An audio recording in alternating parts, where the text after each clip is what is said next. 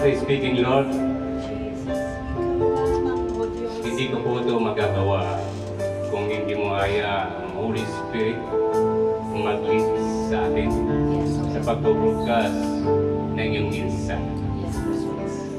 Lord, bagamat hindi ako napakagaling mag-talk about mensahe, but nalalaman niyo po ang nilalaman ng aking puso.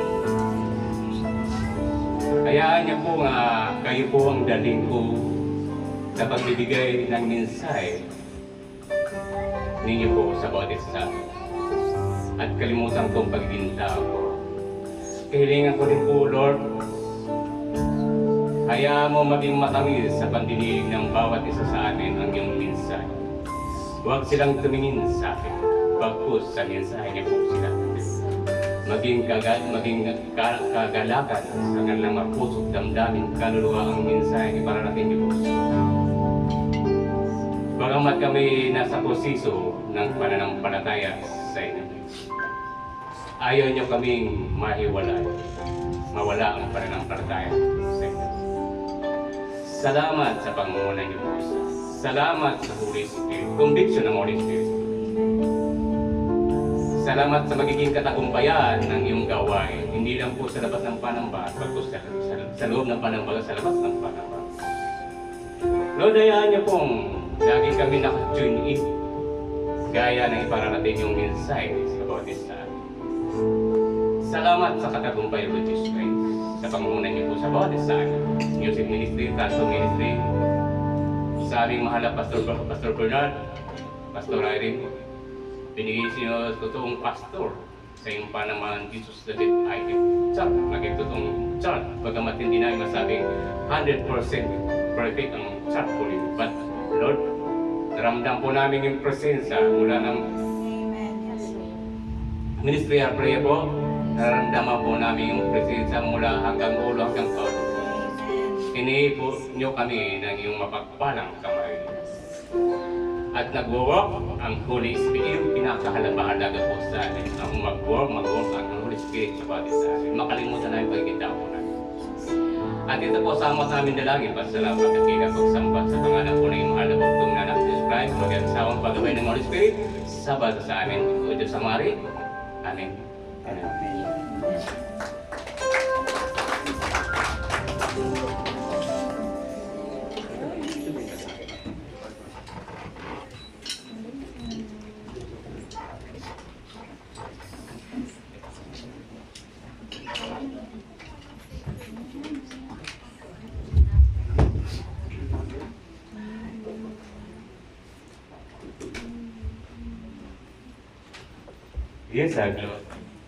Yes, glory to God.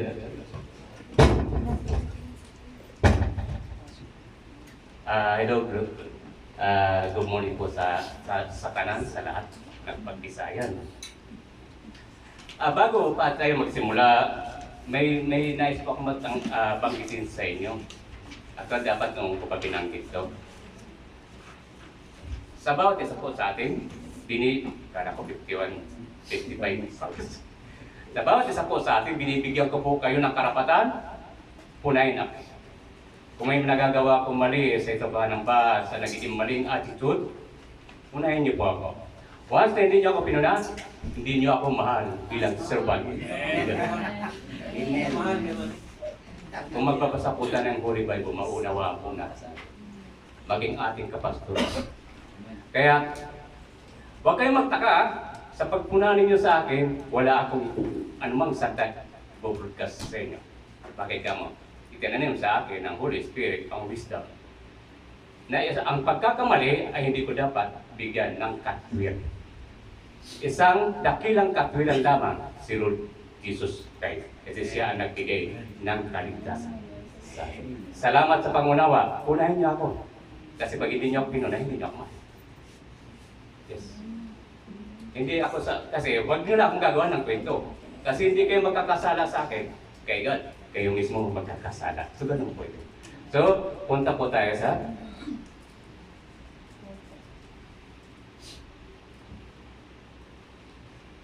hello?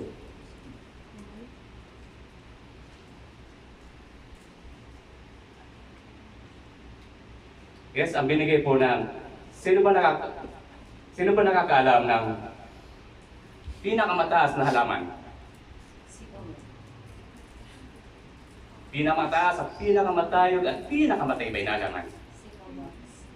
Sycamore. Kamu? Sycamore. Ano yun? Ang pinakamataas na halaman ay ang kawayan. Hindi ba? Sycamore ba yun? But ang pinakamatibay na halaman, kawayan. Kamatis daw, sabi ni Drexler, kababa. Kawayan, bakit? Kahit anong unos na dumarating sa kanya, ahapay lang siya, balit tatayo muli. So, nagiging matatag siya sa anumang bagyo na dumating sa kanya. So, nagiging matatag siya bilang isang kawayan. At saka mas matibay siya sa mga konkrito. Kaya mas maganda bahay natin kawayan, malamig pa. No? Bakit yan po ang pasimula? Ang binigay po ni God sa atin ay gaya na nabanggit sa Bible study. Yun. Next, preaching natin yan. Stand firm in your faith. So, ba't bago lahat yan? Ayan. Ayan. Titingnan natin yung picture. Nakatayo siya. Hindi lang sa ganyan, bawat oras ng ating buhay, nakatayo tayo kay God. Kaya sinasabi natin, always tayo naka-tune in kay God. Gaya ng binabanggit natin, daily, nakikinig ng praise and worship song, nakikinig ng preaching sa YouTube, mga totoong pastor. So, naka-tune in tayo sa mensahe ni God daily sa work. Kaya, salamat sa Holy Spirit. Now, dito, magbibigyan lang po tayo ng about sa Greek words to stand firm in your faith. New Testament writes use by specific Greek words that emphasize resilience, unshakable stability, and active perseverance. But the core Greek word stiko, hindi yung kinakain ko ha. The most common verbs translated as stand firm or stand fast. Derived from the root word istimini, to stand and means to hold your ground, persevere, and refuse to be moved. Anong ibig sabihin ng refuse to be moved? Gaya ng kawayan, hindi tayo natitinag sa ating pananampalataya. Pwede? Pistis, riotic, the Greek word for faith of faithfulness. It goes behind more belief representing a steadfast trust and confidence in God and truth of the gospel. Ba't hindi mangyayari ito sa atin kung hindi talaga totohanan tayo nagpapasako kay God? May mga tasks si God na ipinibigay sa atin. Ayan, stereo, hindi sinusausa, used as an adjective, it means firm, solid, and unyielding. Yeah, ito na ang binigay ni God sa atin. Ayun. Corinto 6:13 and 14, 14, 5. Maging mapagbantay, manindigan kayong matatag sa inyong pananampalataya sa Diyos, igalang ang kanyang mga utos, at ipanatilihin maayos ang inyong doktrina. Kumilos tulad ng matandang mga lalaki at maging matapang, maging matatag. So habang tayo nagpapatuloy kay God, ito nagmumula ang pagiging matatag. Dapat natin sa pananampalataya kay God. Kahit anumang ang dilubyong dumating sa ating buhay ay hindi po tayo matitinan. No? May binigay lang po si God na 3 things yan. 3 things to do while you're standing faith and faith. First,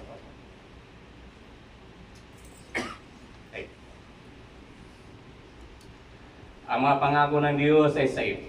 Bawat pinuto ng bawat araw bilang anak ng Diyos, may karapatan kang maniwala para sa kanila at angkinin sila.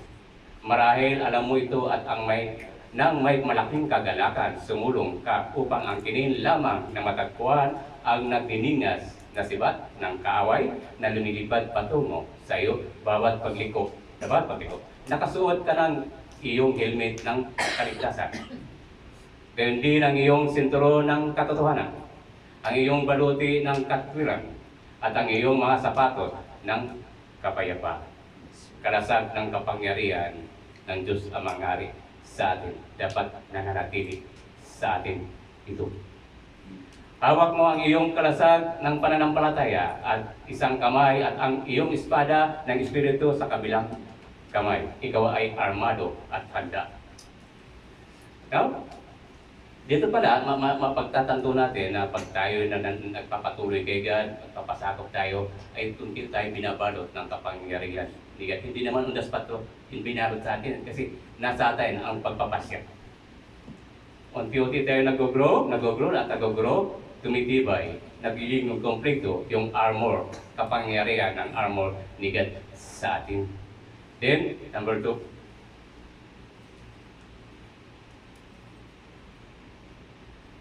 pagkatapos magsimula ng labanan, lumalaban ka sa loob ng mga araw, linggo at kahit taon. At ang mga missiles ay patuloy dumarating. Lumalaban ka hanggang maramdaman mong wala na. Ang iyong helmet ay nahulog sa gilid, ang iyong breastplate ay halos hindi makasabit at pakiramdam mo ay wala ka nang magagawa upang manalo sa labanang ito. Anong ginagawa mo? Pinood ito ng Diyos sa dalawang salita, tumayo ka. Ephesians 6:14, ay, tumayo ka. Ibig sabihin, huwag lang tayong tumayo. Magpatuloy tayo sa pananampalataya, pananalig kay God. Maging strong ang ating pananalig kay God. Hindi lang tayo naka-stuck.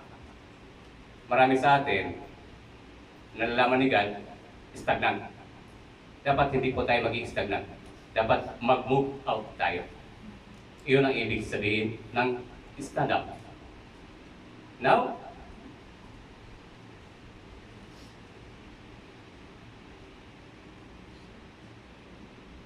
kaya maging handa kayo ibigay sa inyong magandang balita. Maging handa kayo ibigay sa inyong baywang ang sinturo ng katotohanan at isuot sa dibdib ang baluti ng katwiran. Anong pinoprotektahan nito? Ang ating puso. Na hindi makapag-trigger ang anumang deception ni Satan sa atin. Tandaan po natin, nagiging overtime si Satan sa ating mga nananampalataya na. Kasi ayaw ni Satan na tuluyang mawala tayo sa kanyang kapangyarihan. Kaya doon sa mga hindi pa nakakilala sa kanya kay God, walang pakialam doon sa Satan kasi sa kanya na sila. But sa atin sila nakatingin, si Satan nakatingin sa atin. Kaya dapat huwag nating hayaan ang mga pagsubok, temptation ni Satan sa ating puso makapasok, ating mind, at maisagawa ng ating katawan. Para tayo panghinaan sa ating pananampalataya at pananalig kay God. Ano ang ibig sabihin ng talatang ito? Ng talatang ito? Ayan.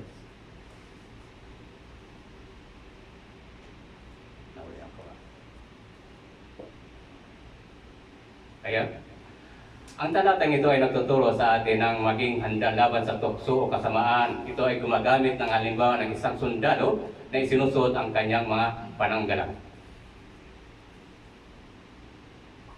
Una, sinturo ng katotohanan. Katulad ito ng sinturo ng sundalo na humahawak sa iba pang bahagi ng kasuotan. Ang ibig sabihin nito ay dapat lagi tayong tapat at totoo. Ang katotohanan ang magpapatibay sa atin. Kaya lagi natin sinasabi. Halimbawa tayo nagpe-pray. Hingi tayo ng prayer sa mga prayer warriors. Ba't ang tanong, tayo ba nakikipag-usap personal kay God? Malinaw ang pag-abibigas ni God, makatotohanan. Katotohanan ang nagpapatibay sa atin. So maging tapat tayo sa pagpapasakop natin kay God. Kahit kailan, lahat naman ng mga prayer warrior, oras-oras tayo pag-pray.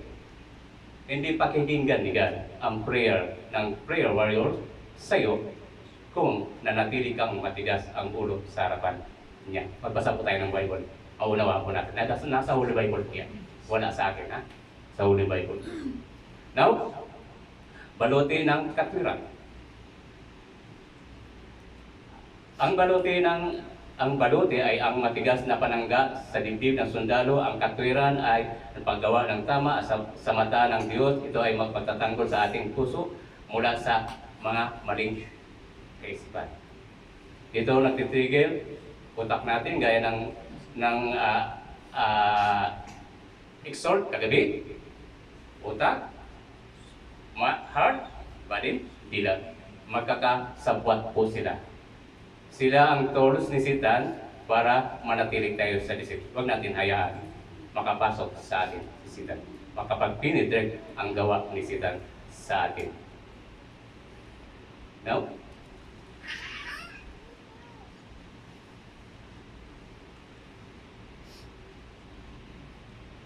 dito naman, to make it easier,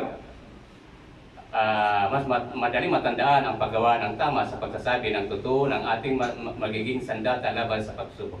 Pag nakipag-usap tayo kay God, dapat maging makatotohanan po tayo. Hindi lang po tayo nagtutok hanggang tok lang. Dapat may pagsasagawa. Now, ito na, three things, yourself. Iniisip mo sa sarili mo, tatayo na lang ba ako? Yung kanina sinabi natin doon sa Greek. Well, tingnan natin kung ano ang itsura ng standing firm. Ang ibig sabihin ay ng tumayo ay huwag gumalaw. O magpanatili ng isang tuwid na posisyon. Magpagkagayon man, ang tagubiling ito mula sa Diyos ay tumatayong matatag. Ay hindi isang positibong posisyon, kundi isang aktibo. Hindi niya sinasabi, huwag kang gumawa. Ibig sabihin, tumayo ka. Dapat maging matatag ka sa iyong pananampalataya sa akin. At magpatuloy ka. Na mapagtagayan po natin ang anumang dilubyo na darating sa ating mga buhay habang tayo nagpapatuloy kay God. Huwag po nating hayaan makasingit ang gawa ni Satan sa atin. Hindi sinabi ng Diyos na maging tamad ka. Sa totoo lang, habang matatag kang nakatayo sa pananampalataya, iyon ang panahon na iyong pananampalataya ang pinaka-aktibo dahil ito ang lugar kung saan hinayaan mo ang Diyos ang pumaling. Ito ang lugar kung saan ang iyong lakas ng tao ay nagtatapos at ang kapangyarihan ng Diyos ay namamayagpag.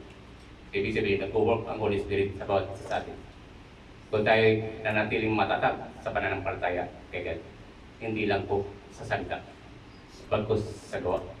Gaya ni Abraham, may pananalig, may pagsasagawa, at may takot kay God. Dapat maging ganun din po tayo hanggang sa huli. Dahil dito pa muli papasok ang provision. No?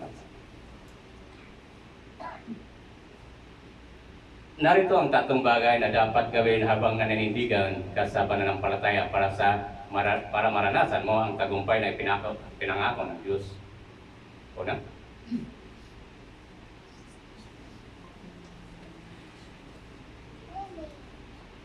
manindigan ka sa pananampalataya sa pamamagitan ng pagpupuri. Kapag nagawa mo ng lahat ay matatag kang nananindigan sa iyong pananampalataya, may isang bagay na nagagawa mo na nagpapanibago sa iyong lakas at pagpagana ng kapangyarihan ng iyong buhay. Papuri, nakikita mo ang papuri ay hindi ang kabus na sumusunod sa kung ano ang nangyayari. Ito ay makina na nagdadala sa iyo. Ang papuri ay nagpapabago ng iyong sitwasyon. Iyon ang dahilan kung bakit sinasabi ni Kenneth Copeland, ang papuri ay malaking baril ng pananampalataya. Maganda sampul nito.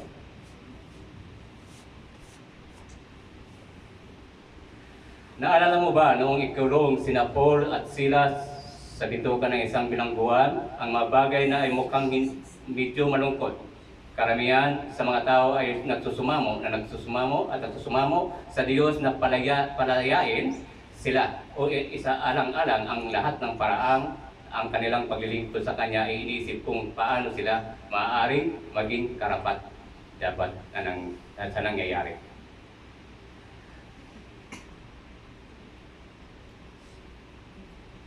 Kaya, may binigay na mensahe, sige. Mamamagawa at 6:25. Nang magkahating gabi na sina Pablo at Silas ay nanalangin at tumawid ng mga papuri at sa Diyos at nakikinig naman sa kanilang iba ang bilanggo. Ano ang ibig sabihin? Sina Pablo at Silas ay nakulong at binugbog dahil sa pagtuturo tungkol kay Jesus. Masakit ang kanilang sitwasyon, subalit imbis na magreklamo, sila ay nagdarasal at kumanta. Ang ibang bilanggo ay nakinig, ito ay nagtuturo na tayo ay may pagtitiwala sa Diyos. Kahit may mabigat na problema, basahin ng buong kabanata ng mga Gawa 6 para sa mga sumusunod na himala. Dito, alam niyo, binigyan ako ng wisdom ng Holy Spirit. Dahil alam natin kung paano naging masama na ang gobyerno ng Pinas. Anong prayer ko doon sa mga sangkot sa corruption? Lord, hayaan niyo pong maikulong ng gobyernong Marcos ang lahat ng sangkot sa corruption. But then once na nakakulong sila, ito magiging paraan ninyo para sila makakilala sa inyo. Ito ang paraan ninyo para hanapin nila kayo. Bagamat ang katawang lupa nila nakakulong sa bilangguan, magiging malaya ang kanilang kaluluwa pagdating ng araw. So sabi nga magpanalangin ang kayo sa isa't isa. Ibig sabihin, sabi namin ni God, huwag kayong magagalit sa mga taong gumagawa ng kasamaan. Pagkus, magalit kayo sa ginagawa nilang kasamaan. Paano tayo magalit? Ipag-pray po natin sila. Hindi sa ikakasama nila, basta ikakabuti na sa kanilang kaluluwa. So, ganun po tayo. Kung nag-work na sa atin ang mga mensahe ni God, madali na lang po natin may apply po yan. Ayan.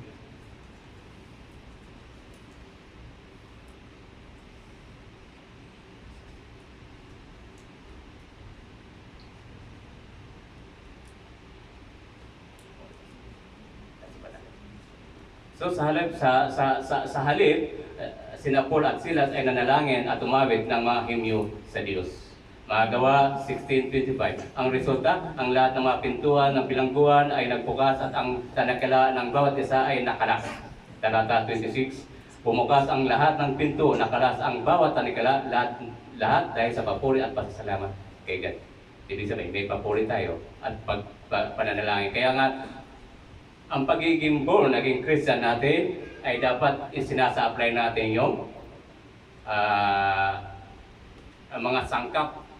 Pagbabasa ng Holy Bible, pag may binidig, pag-devotion, prayer meeting, yan, Bible study, daily po yan. Walang Bible study, Bible reading. Pag-i-exhort, yung ginagawa natin. Kasi hindi natin nalalaman sa pag-i-exhort, ginagamit ang social media. Hindi na nalalaman, may mga kaluluwa tayo na ilalapit. Okay. High-tech na po si God ngayon. Kung high-tech si Satan, mas high-tech si God. Kaya dapat nung exhort na dapat nagagamit po natin ang social media. Ipagmalaki, ikalat ang mensahe ni God sa social media. So,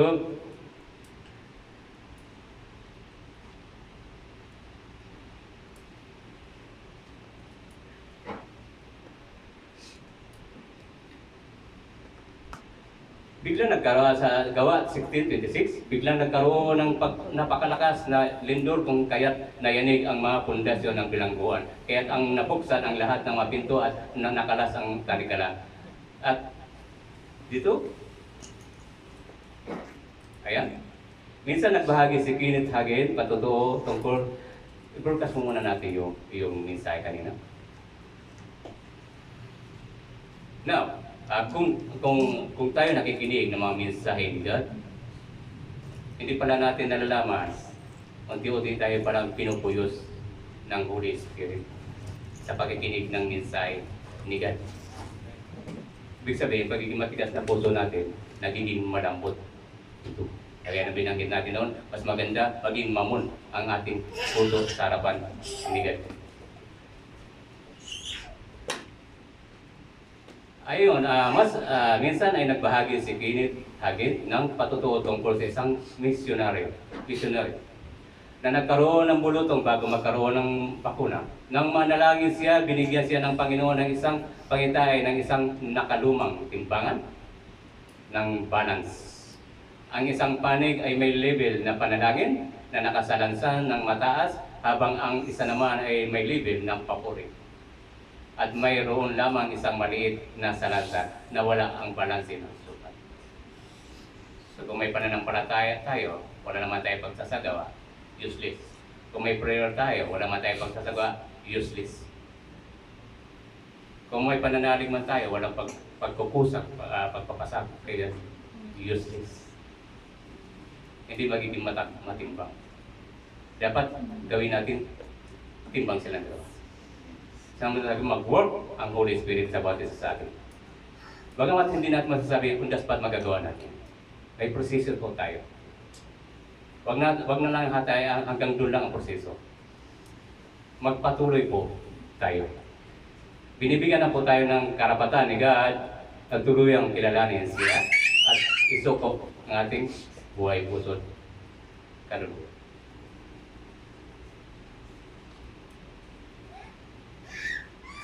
Ang Panginoon ay nagsalita sa kanya at sinabi, kapag ang iyong mga papuri ay katumbas ng iyong panalangin, ikaw ay gagaling. Balance. 2 araw siyang walang ginawa kundi ang papuri sa Diyos. Walang siyang hiniling, pinuri niya lang siya. Sa pagkatapos ng 2 araw na iyon, siya ay ganap na gumaling. Yan ay kapangyarihan ng papuri. Alam mo noon mga nakarang taon, nakasanayan ko mag-pray with pakikinig ng worship song. O kaya prayer song. Mahina lang siya. Nagbibigas ng prayer. Mararamdaman yung presensya ni God. Mula ulo hanggang pa. Kaya laging tumitimo sa akin. Once na naramdaman ko ang Holy Spirit, magtatagumpay ang prayer ko kay God. Kaya sabi nga ni Pastor Bernard, kung yung mga tao tinatayo rito na hindi magaling manalita, pagkos may totoong patutuo, buhay na patutuo, mas positibo po. Hindi ako pwede magsinungaling. Ang buhay na patutuo, muli babagising ko sa inyo sa pagiging band-servant natin bilang advocate. Kasi yung, kung papaliwanag po natin, yung repatriation form, 15 days lang po dapat yun. Dapat nakauwi na yung sisters domestic care, 15 days. Pero nangyari po yun. Ang pinakamabilis noon, kung di ako nakakalimot, 2 araw o 3 araw. Yung 3 araw na yun, nagulat siya, binigyan siya ng ticket, yung pang sa taas, business ticket, nabanggit sa akin. Sabi sa akin, bakit ako binigyan ng ganong ticket? Sabi ng amo ko, para matiyak niya, makauwi siya ng Pinas. Hindi ko pa siya na i-report. Nagsabi pa lang siya na i-report ko siya. Sabi ko, nang nagtanong ako, kaya mas maganda yung tatanong. So si Gideon nga nagtanong kay Gadit. Mas maganda yung nagtatanong. Lord, ang tanong ko, kailan kaya kayo may mapapawi? Within 24 hours, makauwi ang OFW. Nangyari po. OFW, Kuwait. Sa anong paraan? Si God may ginamit na tao sa OFW. Kuwait Police, ambulance, staff ng hospital, maging doctor. In-advise ka mag-pray, ipinag-pray ko rin siya, pasok dito sa papuri, may pananalangin, at may pagsasagawa. Kaya naging matagumpay.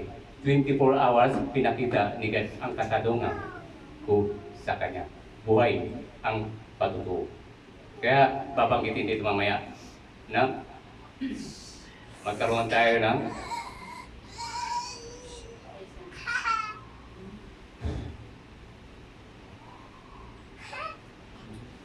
yes? Huwag maghintay ng mag-alay ng papuri sa Diyos. Ibig sabihin, mag-usap po tayo. Useless po din ng pagpakikinig natin ng mensahe. Kadalasan pa nga baliwala yung mensahe. Ito po realidad na pumapasok sa panambahan. Aminin po natin o hindi. Mas maganda po magbasa po tayo ng Holy Bible. Gaya na sinasabi natin, kahit kailan, hindi tayo magkakaroon ng knowledge kung hindi tayo magbabasa ng Holy Bible. Hindi natin malalaman ang pagiging Diyos ni God sa bawat isa sa atin. At hindi kahit kailan, hindi mag-work ang wisdom sa atin. Wisdom ng kasamaan, pwede pa. At maaari pa. Huwag maghintay. Ngunit purihin siya habang ikaw ay nakatayong matatag sa pananampalataya para sa tagumpay. Magpatuloy po tayo. Hindi lang po sa pananambahan. Kaya dapat lagi, once na pupunta tayo sa pananambahan, dapat sigad lang ang pinunta natin. Hindi sa sino. Hindi sa pinatatayo rito. Bagkus, tuning kay God.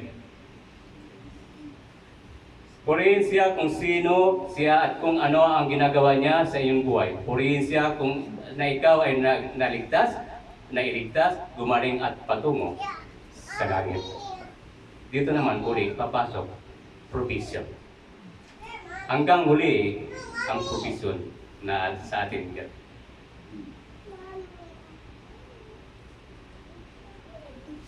Purihin siya bilang iyong manlilikha, tagapagsauli, kaibigan, tagapayo, mangaliw at matibay na puri.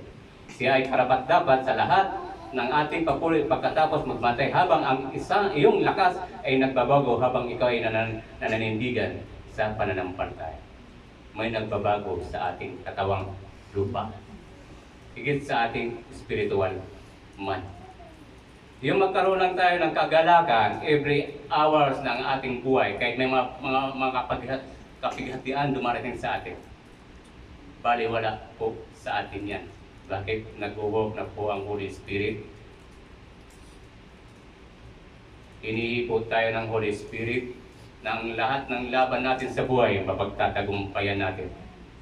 Manindigan sa pananampalataya.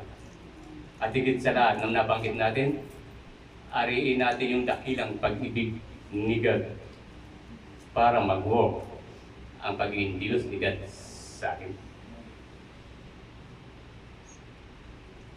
Stand firm. Maging matatag sa pananampalataya sa pamamagitan ng pagdarasal para sa iba. Ito na. Maganda.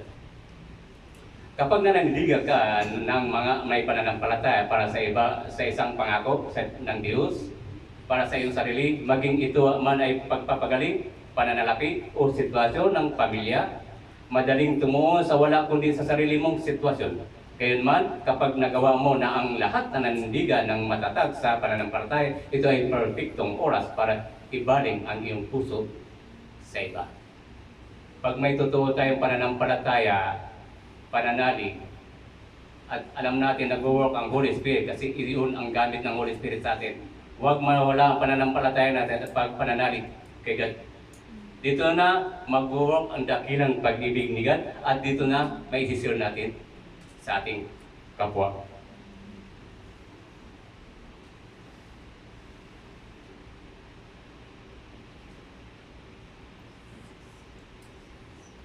No?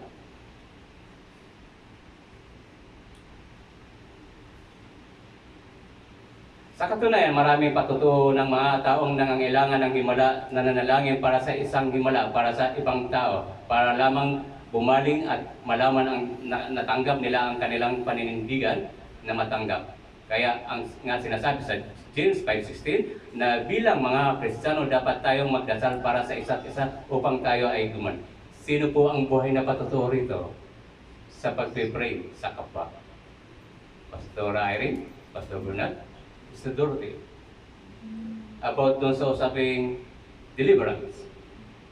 But nakakalungkot, na-deliver na tayo eh.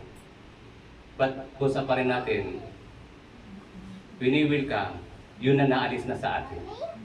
Dapat huwag po ganun. Maging makatotohanan tayo sa pagiling natin na i-deliverance tayo.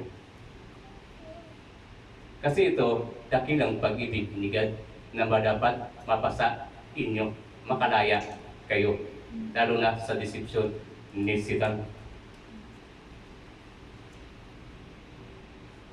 Ayan, Santiago. Kaya nga ipagtapat ninyo sa inyong mga kakapatid ang inyong mga kasalanan at ipanalangin ninyo ang isa't isa upang kayo'y gumaling. Malaki ang nagagawa ng panalangin ng taong matuwid. Ulitin natin, taong matuwid. Kahit mag-usal tayo na mag-usal ng panalangin, oras-oras, hanggat hindi nasasabi natin ang ating spiritual man ay matuwid, dingi si God sa atin. Kahit oras-oras tayo pag-pray ng mga prayer warriors, useless po ang lahat. Magbasa po kayo ng Holy Bible, mauunawaan niyo. Anong mensahe ni God? Kung kayo may pinag-pray na kapwa nyo, ilalapit nyo sa akin, at mananatiling matigas ang puso niya, hindi ko pakikinggan ang prayer ninyo. Useless. But ang mahalaga, na ilapit natin sila kay God. Si God na lang po ang magbibigay ng actions sa kanila pagiging matigas ng ulo nila. So ganun po yun.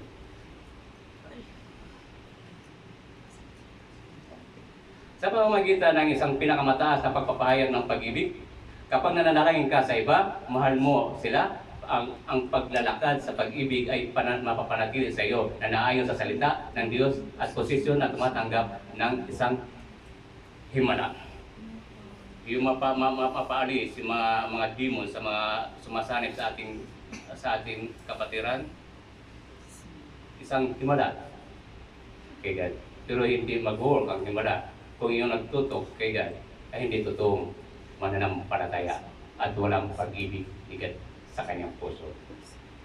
Now, ayan. Maging matatag sa pananampalataya sa pamamagitan ng pagiging matiyaga. Kaya nga, kung nakikita ka na ba ng Twitter win, walang sinuman ang bawat tagumpay sa Biblia ay may panahon sa pagitan ng pangako at tagumpay.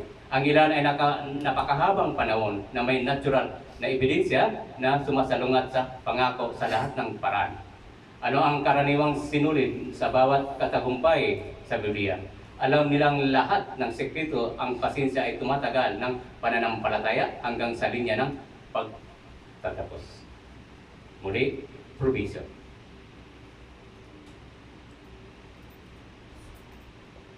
No? Sinabi ni Kenneth Copeland, ang pasensya ay nagpapatibay ng pananampalataya at pagbibigay. Ito ay pagtitiis upang magtiyaga hanggang sa dumating ang sagot. Kaya sinasabi ng Hebreo 10:36 na kailangan mo ang pasensya para matanggap mo ang pangako ng Diyos. Ayan. Magandang balita, kinakailangan kayo magtiis upang masunod ninyo ang kalooban ng Diyos na matanggap ninyo kanyang pangako.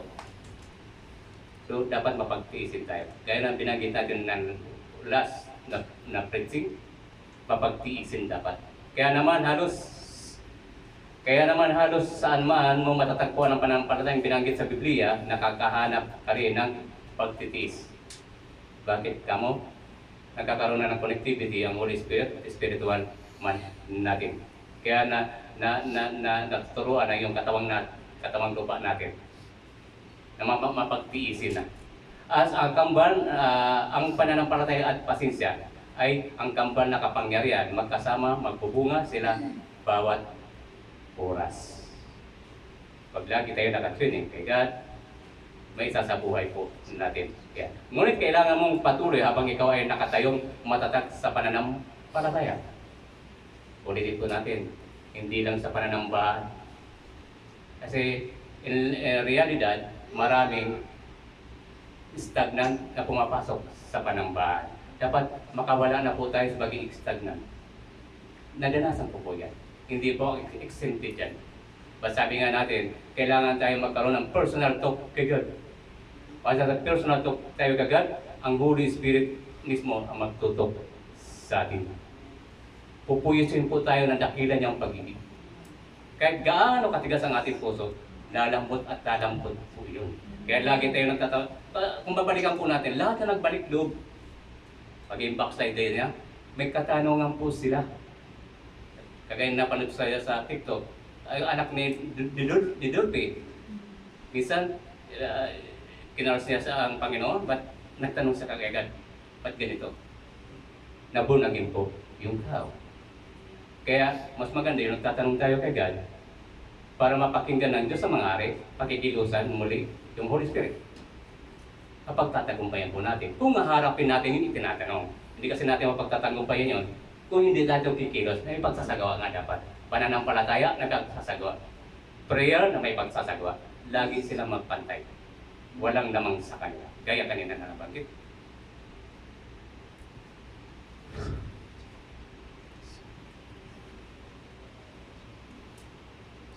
Ang pagpupursige hanggang wakas yan ay nangangailangan ng pasensya sa Biblia para sa uri ng pasensya sa mundo. Para sa mundo, ang pasensya ay pagharap sa isang bagay o pangiti at pagtiis. Gayunman, ang pasensya ay sa Biblia ay nagpapatuloy sa isang bagay hanggat kailangan. Wala man tayo dito sa Riyadh, sa Saudi, magpapatuloy po tayo sa Pinas sa pagpapasakop natin. Ang pasensya ay mag-iingat sa iyo mula sa iyong sarili, mga damdamin at mula sa panonood ng orasan. Hayaan ang pasensya na magkaroon ng kanyang perpektong gawain. So, habang may pasensya tayo, nagbuhok sa atin ang Holy Spirit at maturuan tayo paano kapag tagumpay na mapagpasensya sa atin.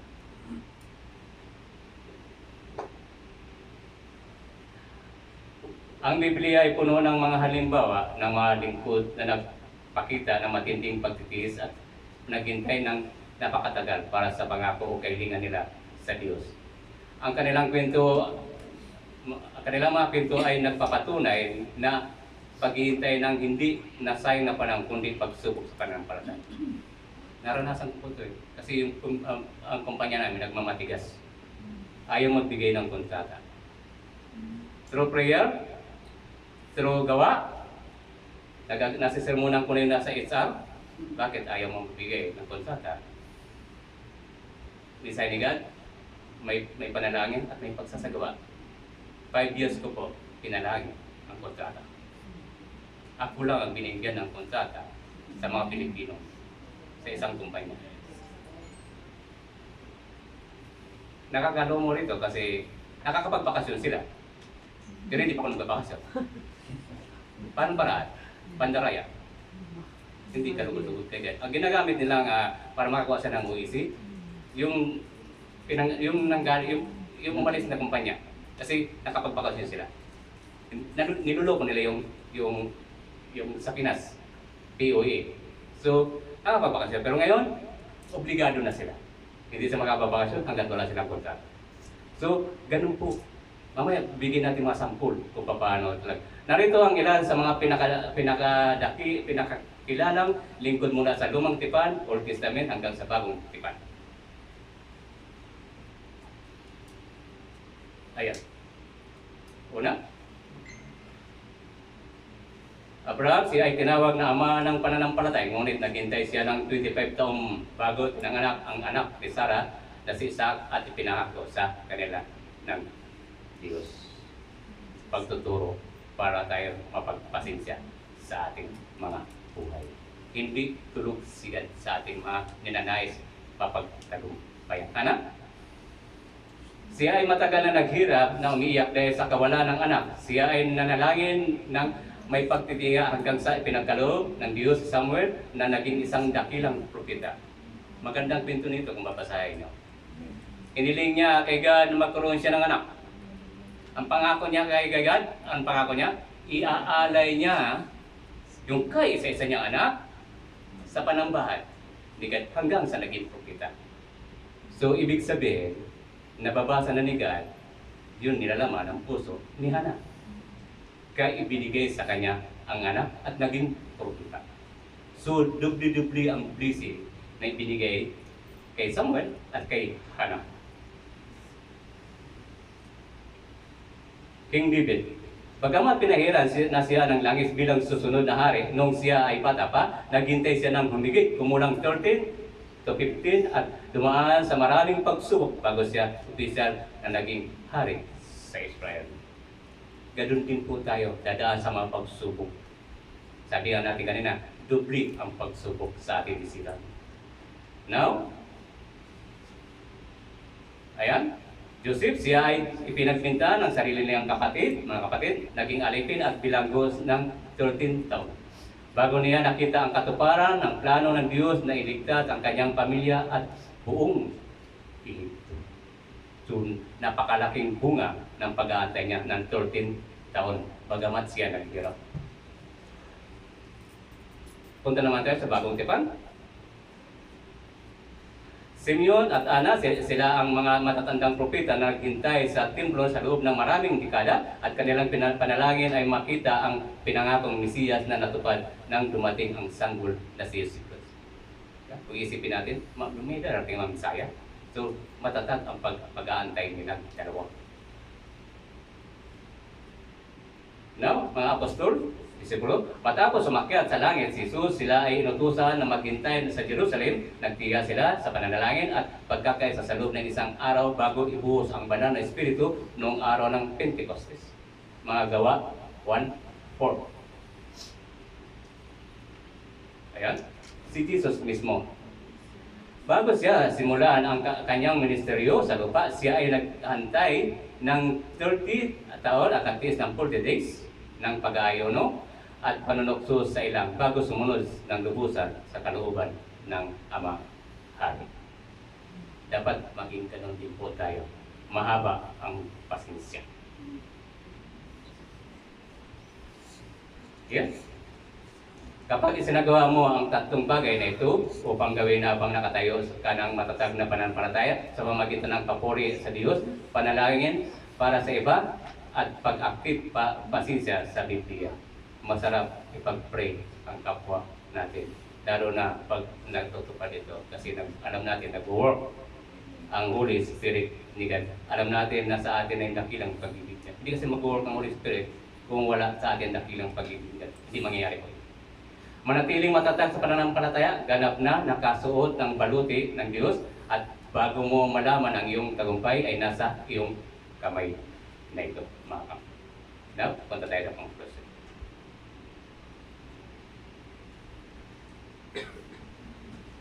Ang Panginoon sa pamagitan ni Isaias ay inaharap ang kawalang pananampalataya at mga pagkakamali ng hari ng Juda na gato na nagtapos sa pananalatang ito. Kung hindi ka manindigan sa iyong pananampalataya, hindi ka talaga tatayo. Manindigan po tayo.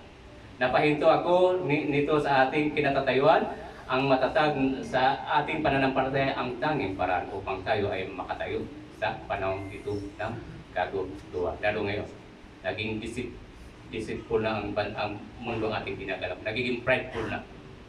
Kaya lagi tayong maging matatag sa ating pananampalataya kay God. Isaiah, ang linyang ito ay hango sa prinsipyo ng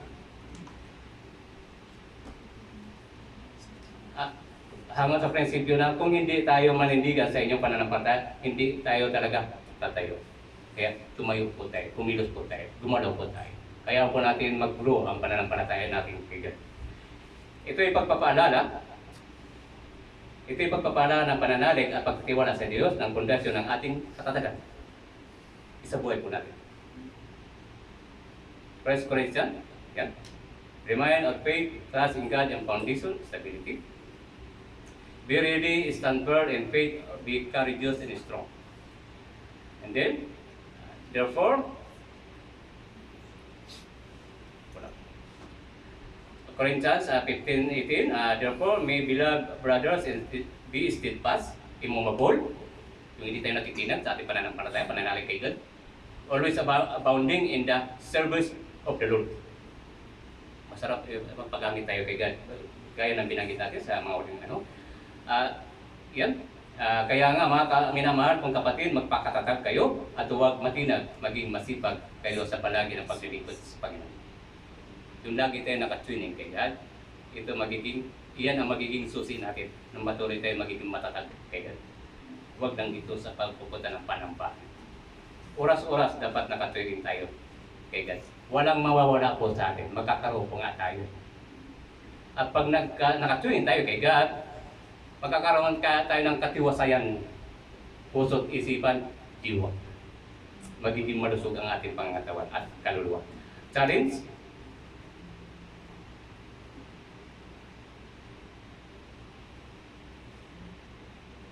Ayan. Sa Hebreo 13, si Kristo ay siya rin kahapon, ngayon, magpakailaman, kagaya ng kinanta natin kanina. Diba? Hebreo ang nagpapaalala sa atin ay isang napakalaking katotohanan sa pamamagitan ng pagsasabi sa atin na si Kristo ay siyang ring kahapon, ngayon at magpakailaman.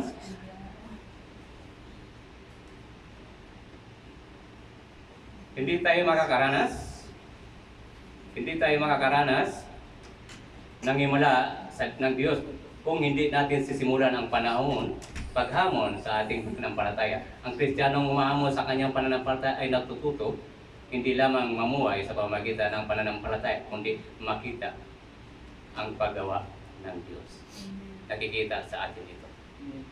Gaya ng sinasabi natin, hindi tayo magpapakita nito. Nakikita mismo sa atin ito, ng ating kapwa. Sa atin, yung mga mahal natin sa buhay. At muli natin balikan ang mga naging mensahe ni God. Ayan.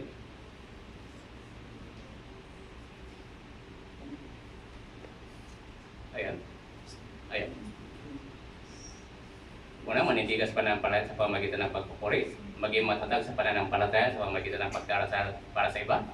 Hindi lang sa atin. Maging matatag sa pananampalataya sa pamagitan ng pagiging matiyagan. Isa buhay na po natin. So, glory to God. At ayan lang po ang mensahe ni God. Naway, rumimba sa atin ng puso. Lord, masalamat sa pagkakataon na ito. At matagumpay na i-broadcast po yung mensahe niyo. Masalamat sa Holy Spirit, Lord. Naway, patuloy namin maging sandala, sandigan, ang pagpasakop namin sa inyo. Ang pagkakaroon ng matatag na pananampalataya at higit sa lahat may pagsasagawa po talaga sa inyong harap. At ito po sa amot namin dalay, basta lang pagkakinapasan nyo, pagsamba sa pangalan po na yung mahal na bugtong na natin Christ, maging sa walang samang paggabi ng Holy Spirit, sa batis sa aming Diyos Ama. Amen. Amen.